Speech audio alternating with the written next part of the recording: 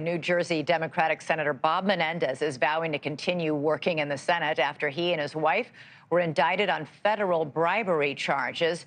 But the senator is now facing pressure to resign from a growing list of lawmakers and officials from his own party.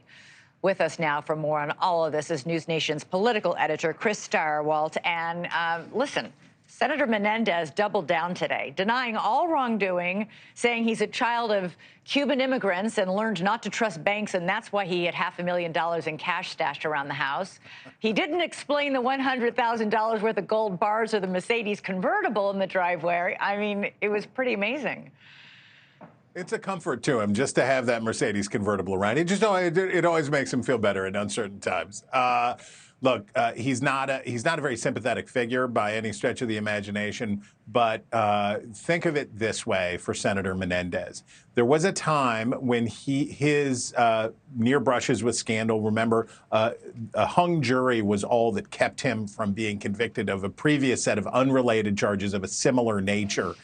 The difference this time is that Democrats are making a really big deal, a very serious case against Donald Trump as being too corrupt to be president again, that his criminal offenses and his violations, his corruption in office is too serious for the United States to deal with again, which makes Bob Menendez an unaffordable luxury for Democrats, especially with a Democratic governor in New Jersey ready to appoint a Democratic replacement for Menendez. So Menendez, like sort of Hunter Biden is in the same situation, what might have been indulged by his fellow partisans in a different time is unaffordable now, and so the hammer comes down. Yeah, it's interesting, though. He doesn't sound like somebody who's going to be pushed. I mean, you can see on the full screen, whoops, it just went away. But you could, just a few minutes ago, we had a full screen of all the people who are calling for him to resign. Senator Sherrod Brown joined the, John Fetterman as two of his Democratic Senate colleagues. Governor Phil Murphy, but nobody can force him to do that. He has every right to hang on until he's convicted, right?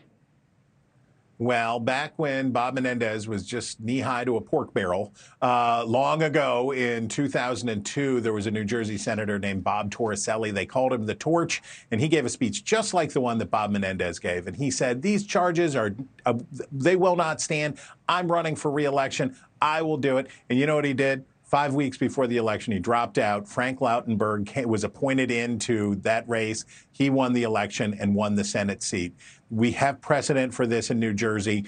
There is leverage that Menendez has against prosecutors as long as he holds that Senate seat. Yeah, so he can say to the U.S. Attorney's Office, hey, you want me out of here, what are you going to give me? So this can all be part of the plea bargain. But given the amount of condemnation that's going on here, given the ostracism, Menendez, the clock is running on him here, and he needs to probably make the best deal that he can to try to make sure that he gets the value out of that Senate seat. All right. In the meantime, we have both President Biden and former President Trump heading to Michigan to support the UAW in their strike of the big three car makers. Michigan is key to winning the White House for either candidate.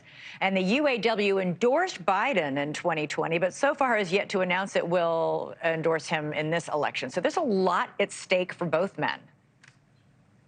So Biden's going for the union endorsement, and he's going for union support. Trump is going for vibes, right? Trump has a blue-collar strategy that he is trying to play to take not necessarily union members, who he's probably not going to win, and he's probably not going to get their support, but for working class, particularly working class voters in states like Michigan, Wisconsin, Pennsylvania, the upper Midwest, he wants to get the vibes. He wants to create the feeling among them that he cares about the downtrodden. He cares about those working class voters. So they're both going to the same place to talk about the same thing, but they're talking to very different groups of voters. Yeah, 24 hours apart. Okay, very quickly, before you go, what do you make of Governor Newsom and Governor DeSantis announcing today they will debate each other on Fox News? Well, Ron DeSantis needs to do something because it ain't working, whatever it is that he's doing.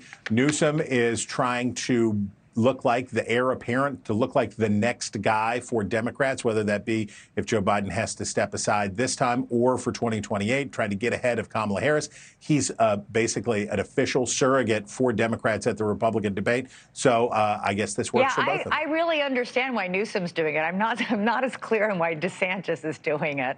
12% will make going from 30% to 12% will make a man willing. Yeah. That's right. Thanks so much for watching. Go to joinnn.com to find NewsNation on your television provider.